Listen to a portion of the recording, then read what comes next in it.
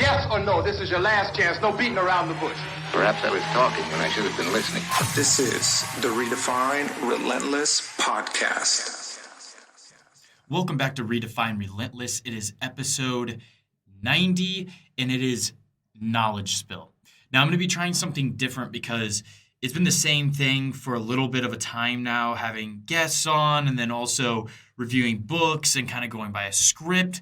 But I just thought maybe there's one time of what I've retained this year pretty well, and just to kind of spill things that are currently on my mind. And you might be thinking, well, Hunter doesn't have a clear objective. How do I know if I'm going to learn something? Well, that's the thing. You're taking a risk, but that's tied to things that I've learned. So like the deeper meaning of that is like when you sometimes listen to or read certain books in the depths of knowledge, that you learn things. And I think that's what this episode's really going to brighten up. Now, an example that just comes to mind super quick is a failure that I actually recently had. I shot a podcast episode with my buddy Tyler Mondragon, who is a founder of Tyler Collins, and it's a freight brokerage that they started. And the problem was that I was using this exact mic that I'm talking in right now, but I've never done one that was in person with this specific mic. So it was very difficult for me to not only understand the audio mechanism, but also having mics and doing it in this room. I've never done it before. Long story short, I failed, and the audio was whack. I spent time trying to edit it. I didn't give a real clear-cut time. I'm used to doing it on video, Zoom and stuff, but I'm not used to really doing it in person. So it ended up being a very long podcast episode, an hour and a half. And then I was like, well, I could chop it up into thirds, or, I could do all these things. But at the end of the day, I just felt my gut telling me it needs to be redone and it could be better. And there's always this thing to ship the ship, especially when you have content. But I don't want to push content that isn't good out. I want to give it my all in what I do. So I'm going to have Tyler back on. So this is episode 90, filling in that spot. But that was a quick failure. And also I've been trying to edit short clip videos. It's been very tough because I have a PC. It's just not a Mac. And it's very difficult to use iPhone video data into sending to my laptop, or the other way around, my laptop to my phone. So that was another failure. I've been failing all this time. And a lot of the time when I post things and, I've had some people comment like, oh, you do this or that. Like, that's really cool. But there's so many things in the background behind the curtains that I've failed enormously. And I continue to fail and I continue to learn. And it gets said, and it's so cliche that, you keep on failing and you try to keep on moving. But at the end of the day, persistence closes the distance. And it's very hard when you're in the mud to get out of the mud. And it's, again, so much easier said than done. It's like, you not putting forth effort in what you're doing. And it's like, if you half-ass it, you shouldn't expect to get really good results. But if you spend a lot of time and it doesn't go so well, it's still understanding that you got to be persistent in doing that. And it's really hard to, building a podcast, to obtain an audience. It's a lot more difficult than I thought. Not that I thought it was easy, but to the point, if I'm just persistent, I thought it was just going to gain. But it's like, no, you kind of have to advertise. You have to go on social media. And I've learned my pros and cons, my strengths and weaknesses. I'm not that good at social media at the end of the day. I just don't like being on it too much because I know what it does. But being in a business perspective, I know you have to be some type of content creator in order to make things work. I think that's something in the future I'll outsource in the business that I create. But kind of going back onto the track of this knowledge spill, so to speak, in that there's no clear-cut objective to this podcast episode, but just want to roll with this knowledge. One of the things that I fear while it's on my mind is flowing. In certain things in life, you kind of go with the flow. Yeah, like when I do family stuff or, things like that, go with the flow, see what happens, sure. But I mean the hierarchy mission of your life, your why, your noble why. And I've been challenged to that recently. Podcast, Simpler Living, my tiny home business, revamping that. I spend a lot of time reading and digesting books so I can bring you all content, and as well as me, obviously. Like I want to learn, but I want to share this information with you through an outlet and a channel. And I just, again, like I've said, the challenge I have is just focusing on one thing, but it's like, which one do I choose? And again, easier said than done. And I'm currently going through this. I really don't have a solution. There's not a one size fits all. But I think it's just sharing, things in my life to make you realize that, like, maybe it seems like I'm perfect. I hope it doesn't. On my, with the things I do, if I'm reading all the time and stuff, I'm not perfect. I'm far from perfect. Highly admit it. Like, I'm not working 24/7 a day. I know I can optimize my brain in certain ways that your brain only has so much bandwidth a day. It's impossible to go past your full maximized efficiency that you have in a day. And your brain needs a recoup. It needs rest. I've been focusing so much more on sleep. I've been actually getting good sleep, but it's hard to obtain like all of this in falling in going back to that original thought was like this noble why. And I got challenged. I was on the phone and I was like, this guy was helping me with my business idea, Simpler Living, and revamping it. And I told him this problem I'm having. I have Simpler Living and I have my podcast. And I know I can't do both because I can't half-ass both. Like, because if I do both, then both are just going to be mediocre, right? And that's the problem. And I realize that. And there's some people that can say, no, if you do, you can do both and stuff. But like the way I see it is I can put my effort into one. And although I'm putting my eggs into one basket, and I normally would disagree with myself with the previous knowledge I've spilled on other podcast episodes, especially in like stocks or something, you have a diversified portfolio and an S&P 500 or a Roth IRA, and you make a sustainable return on your investment. But in this case, in business vision and aspect, I have to hone in on one thing and do it really darn well and understand it really darn well. I've been doing the talk, but I haven't been doing so much the walk, right? I've been learning all this stuff, but again, it goes to my noble why. And I don't even fully have that clamped down, to be completely honest with you. If you ask me what I want to do the rest of my life, I have no idea. I am stuck in that just as much as probably maybe you too, or maybe you do know. But it's trying, like I said in the last episode, with becoming a generalist and a specialist, is you try to get a grasp on all these different skills and different trades, and then you try to tap in and become an expert in certain things and see what you like and what you don't like. On the surface, you may really hate something, and then if you dig a little deeper, you might actually like it. But it's hard at the beginning to really convince yourself that you will like this if you think you won't. So it's changing your mind and understanding that as well. But going back again to that noble why thought, it's been challenging, and I thought I would share these problems that I have because I don't have it all wrapped together and figured out. If that's what it seems, it's really not. I come on this podcast and just kind of give what I have and what I have learned to people that haven't read these books or haven't heard of these guests that I bring on.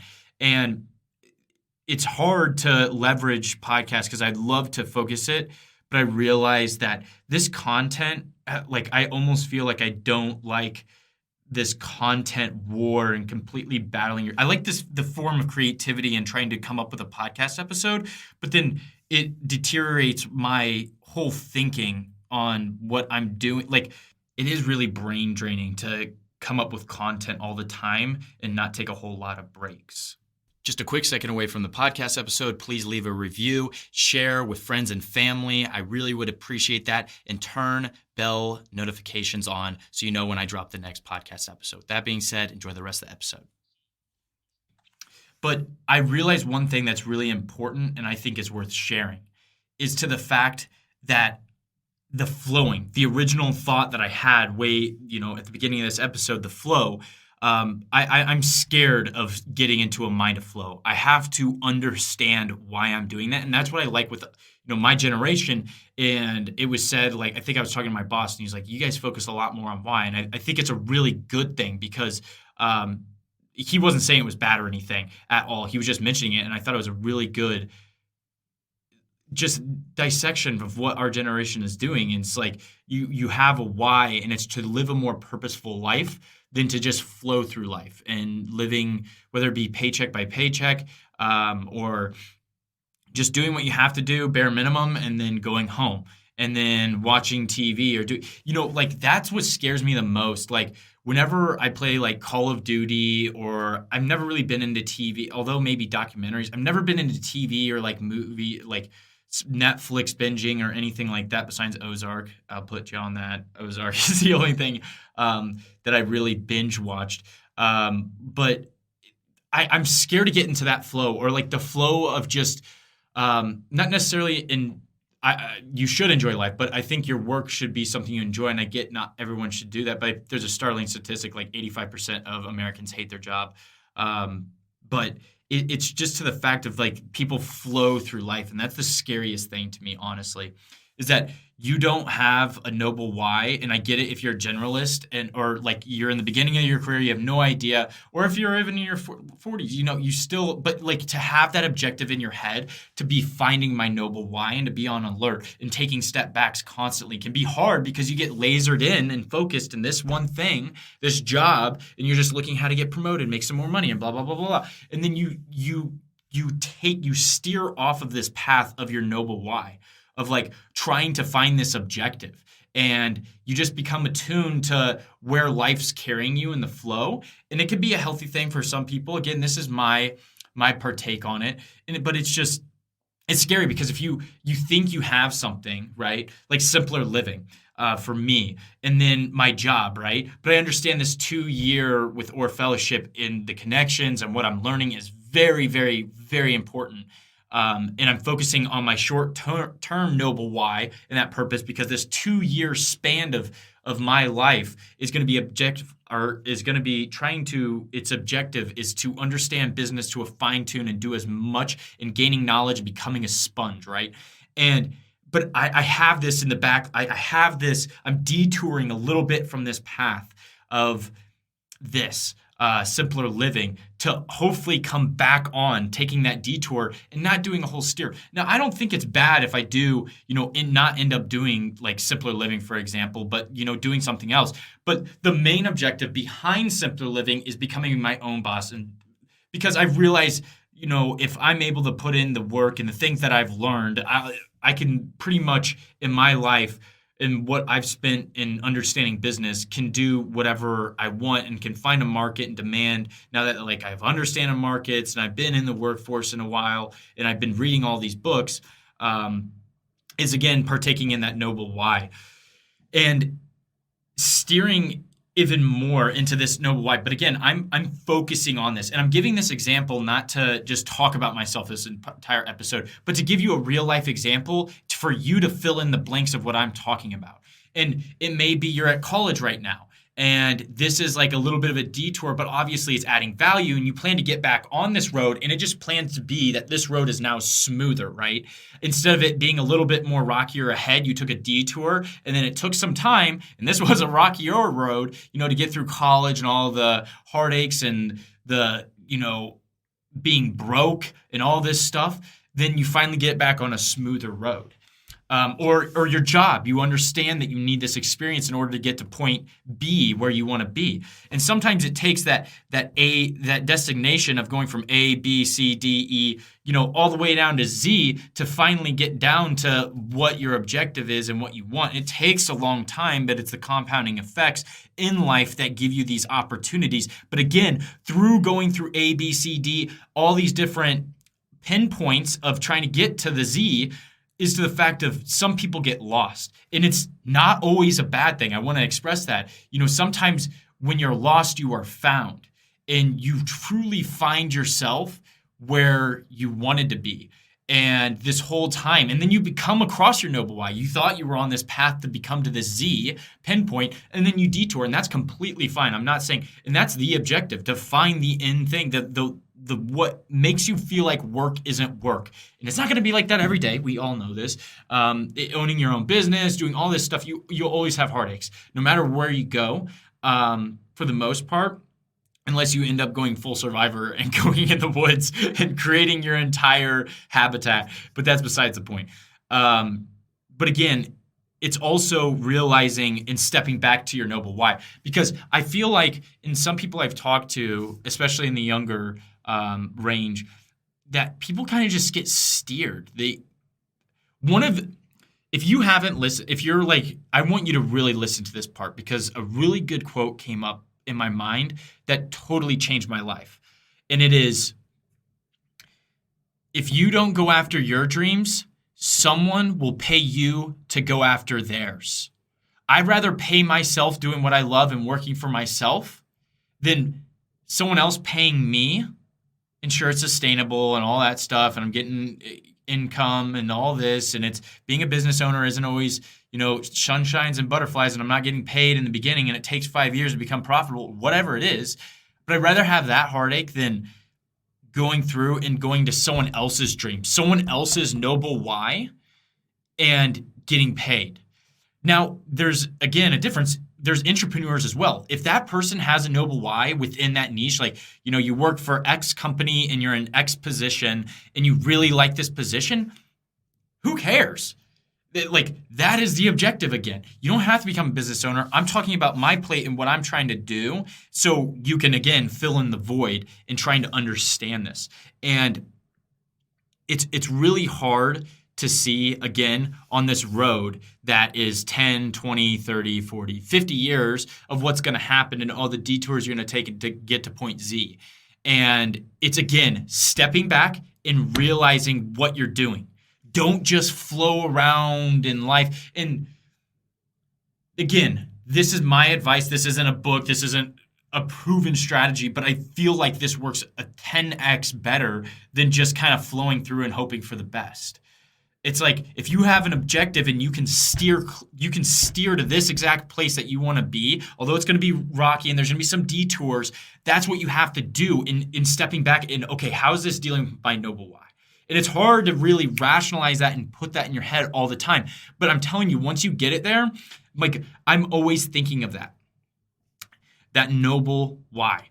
And getting back to this, the whole reason of what set me on this path to really reflect on the noble why, I was on the phone with this guy and I was telling him I have these two things, right? I have Simpler Living and my podcast, and I was telling him about both. I really enjoy doing both, blah, blah, blah, blah, blah. And people know I'm really passionate about my podcast and sharing this, but I realize that I want to, again, sit down and not just talk the talk, but walk the walk. And walking the walk is creating my own business. And of course, my podcast is my own business. Like, this is an actual business, and I do think of it as a business and a networking, just a different way. I'm not getting paid in currency. I'm getting paid in branding myself and networking. That's the biggest thing for me with doing this podcast and why I give my content away for free at no cost. But it's, again, leveraging these two things out. Again, walking the walk. And then I thought about my noble why. I want to make the biggest positive change. And again, that may change, but in the housing industry, I see an opportunity to the market and I want to grab it. And I want to not really even provide affordable housing, but more in the aspect of sustainable housing, because I see that through my studies that all these band-aids of technology and being solar panels, energy efficient things, they're all good. They're a better step in their progress, right? They're not perfect, of course. But my studies with all these different energy efficient, sustainability tactics, all this stuff, I don't think we come like this. These are all band-aids to the real problem. And I didn't open my eyes until I found the startling statistic of how much energy consumption we have. It's been 13-folded. That's like compounding over and over and over yearly for 13 years,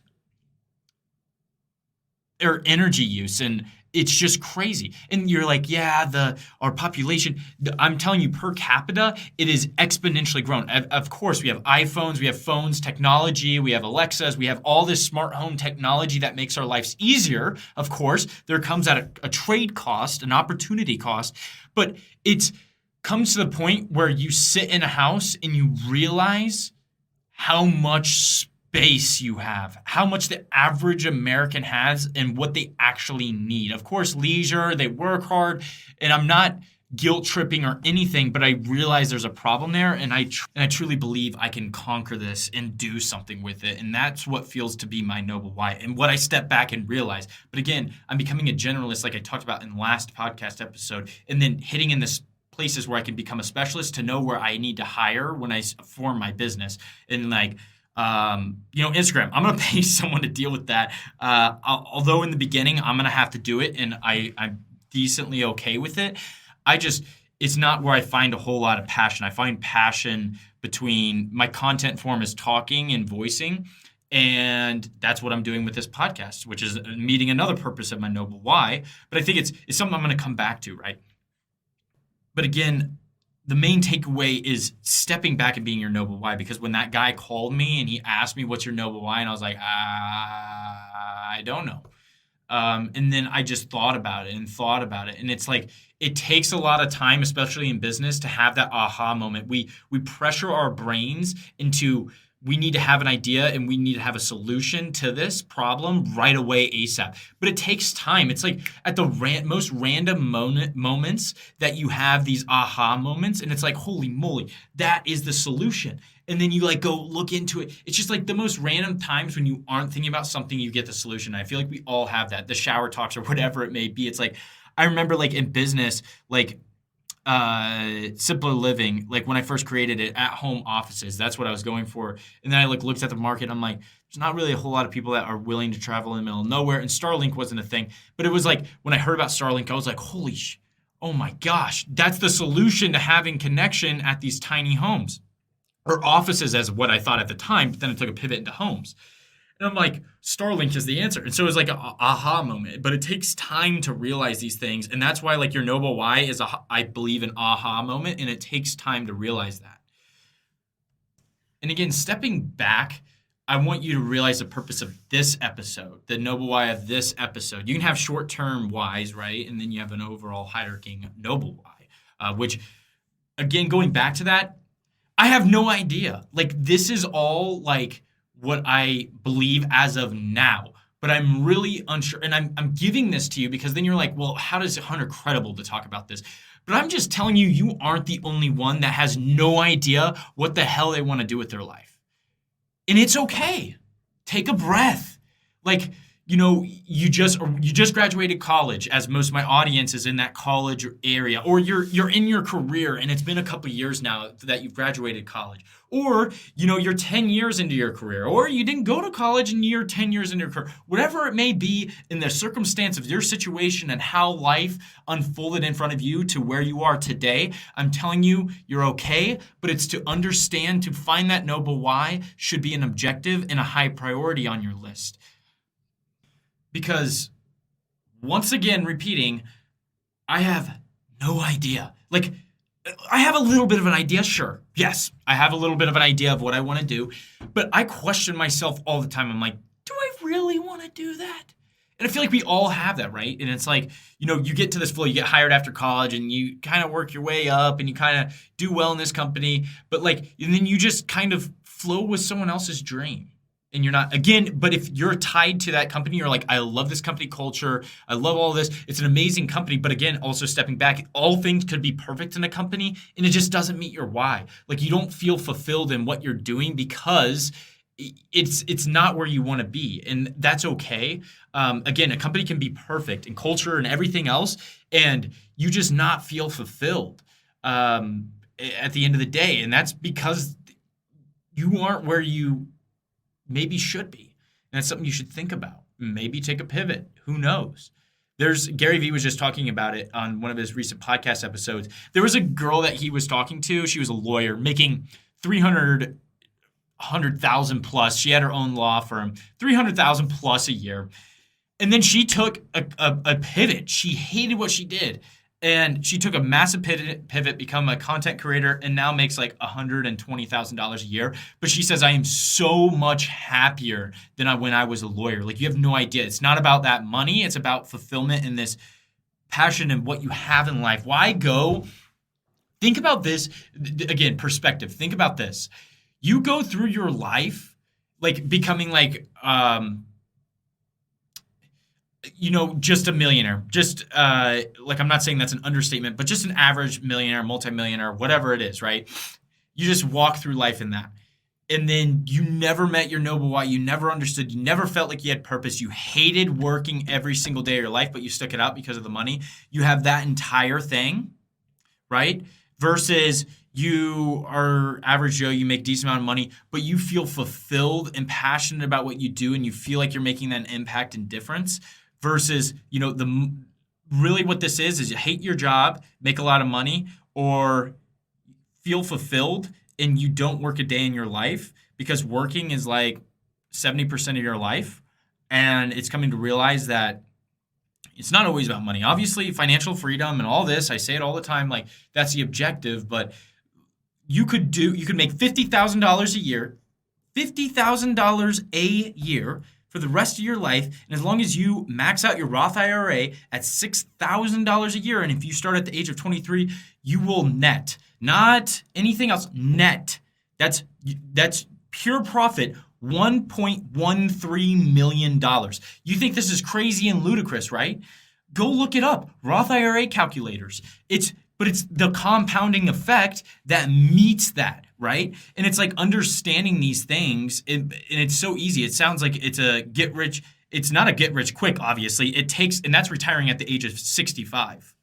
But again, going back to what, going through in life, but it's understanding it. It's very important, I think, to have passion and I've said it so much, right? But I really want that. I feel like I'm just having this thing inside me that told me I needed this episode of kind of this knowledge spill, but it ended up being a focus on noble why. This was completely improv. I didn't write anything down. This was just my brain basically telling me what to say at a split moment.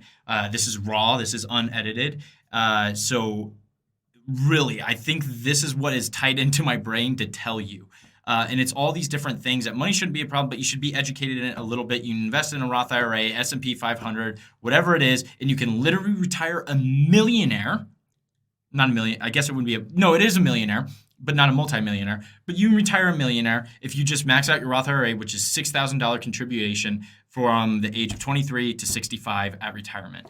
Literally will retire a millionaire. But people don't get that because they want to impress people they hate and buy the latest and brand new car. They want to do this. They want to do that. They want to spend money and be broke and live paycheck to paycheck. It doesn't matter if you make $1 million a year. If you spend $1,001 in a year, you don't net anything. You're -1. You're in debt. So it's understanding that if you cut back on your spending and you make more than you spend, it's pretty easy. The math isn't that hard. You make money and that you can save. And now I believe you should have an E-fund 6 month, and then you should also have a bigger fund, which is a 6-month fund as well, in case something goes bad and you're able to live on what you have. But then the rest should start going towards, becoming debt free, and then focusing on like retirement, and like also being able to save like for spend things like a rainy day or vacation and stuff like that. The short-term saving in life to enjoy it, because tomorrow is never promised, but to also know that the statistic of you living to the age of 65 is really high. So you should really save up towards that pace, 100%. I know this has been a knowledge spill, and ADHD, my ADHD has been emphasized on this episode when I gave it improv. But again, to that noble why, and I just talked a little about financials, but I just had a buddy call me, right? And he asked me 2 questions and his path. He said, I have an opportunity to get promoted in product development or whatever it was, for basically getting a bump for 20 grand of a salary. 20 grand a year. That is actually crazy. I was like, okay, well, yeah, that's a lot of money and a big difference. But he says he's not the biggest fan of it. And then I also asked him, because he wanted to pivot into a different area. And then his job was like, we'll pay you $20,000 more if you just stay in this position and do what you've been doing. But he really wants to take a pivot, and they're allowing him to, but he's not going to get that incentive to stay, right? So the way I broke it down to him was, okay, I'm going to break down money perspective super quick. Okay, you make $20,000 more for 6 months, and then for your fellowship. So let's just say you make full year, like for the rest of your time in or fellowship, you'll make like $10K with that salary bump, and then $20K your second year. So $30,000 is on the table, right? Now let's look at the way or the balance of that on the other side of the scale. At what cost is it? One, you're not passionate about it. You're doing something you don't like, and it's detouring you from what you really want to do in life. Is that $30,000 worth that cost? And I was telling him, I don't think cost should be on this table because people get persuaded by money. And I told him back to the quote that changed my life was, someone can pay you to go after their dreams, or you can pay yourself to go after your own. And that detrimentally changed in the way I see things, especially when it comes to money and promotions and going to somewhere. I'm like, you have to step back and realize your noble why. Is that going towards my noble why? If it's not, and maybe you're like, well, money's involved and maybe I have no idea right now and I'm going to take that because I don't know. Then okay, whatever you feel like is best. But I'm just thinking in my perspective, I'm going to weigh that on that balance and realize that if I know, like I have a general, like in his purpose, he's like a generalist and he doesn't completely know officially what he wants to do, but he has a general idea that he wants to become a business owner and like create websites and do marketing and stuff like that. But like product design he's not that passionate about it. And I'm like, well, it's pretty obvious. You've been there for, 3-4 months. You understand what it is. Do you like it? It's like, well, kind of, like not everything, but I don't like it. And I get that you're not going to like everything. But from when I talked to him, I understood the opportunity cost. I'm like, dude, just talking to you, the money shouldn't be looked at. And this is another thing where before I finish up this podcast episode, really turn your ears up right now because I'm telling you this is very important. Your most valuable asset, hands down, is time. Money can be recouped and replenished. People forget that a lot. Just think about that for a second. Your time cannot be replaced. Once it comes, it goes. Money, when it comes, sure it goes, you spend, but it can be replenished. And it can be, you can, put that money back. You can make that. You will never get the second that you just listened. This entire 30 minutes that you just listened to my podcast episode, which I think is highly beneficial and you should share with friends and family if you did find it, is to the fact that it's gone. You're not getting that 30 minutes that you just, whether it was driving or you're doing something else, you're not getting that time back. And it's realizing that. And that's another thing that was like top 5 things that were detrimental to my life and understanding that time cannot be replaced, but money can. And it's realizing that. And that's like a high motive in my life now. It's like we're so focused on the currency of money and exchanging that with people and saving it and all this stuff. But it takes us away to the fact of our highest currency that we lose every single day. Time.